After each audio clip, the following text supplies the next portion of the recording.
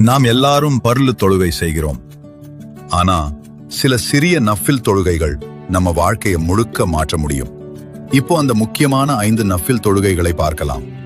முதலில் தஹஜ்ஜுத் தொழுகை. இது இரவு நேரத்தில், குறிப்பாக ஃபஜ்ருக்கு முன் செய்யப்படும். சிறந்தது என்னன்னா, தூங்கி எழுந்து தொழுவது. குறைந்தது 2 ரகாத். நீங்கள் விரும்பின அளவு தொழலாம். இந்த நேரம் மிகவும் சிறந்தது. ஏனென்றால் இந்த நேரத்தில் அல்லாஹ் நம்ம துஆவை கேட்கிறான். நீங்கள் மனதார கேட்டால் அது கண்டிப்பாக ஏற்றுக்கொள்ளப்படும், பாவங்களும் மன்னிக்கப்படும். அடுத்தது இஷ்ராக் தொழுகை. சூரியன் உதித்த 15 முதல் 20 நிமிடங்கள் கழித்து இந்த தொழுகை செய்யலாம். 2 அல்லது 4 ரகாத் தொழலாம்.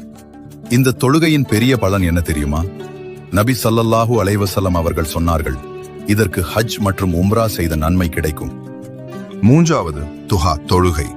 இது காலை நேரத்தில் சூரியன் உதித்த பிறகு லுஹர் தொழுகைக்கு முன்வரை செய்யலாம்.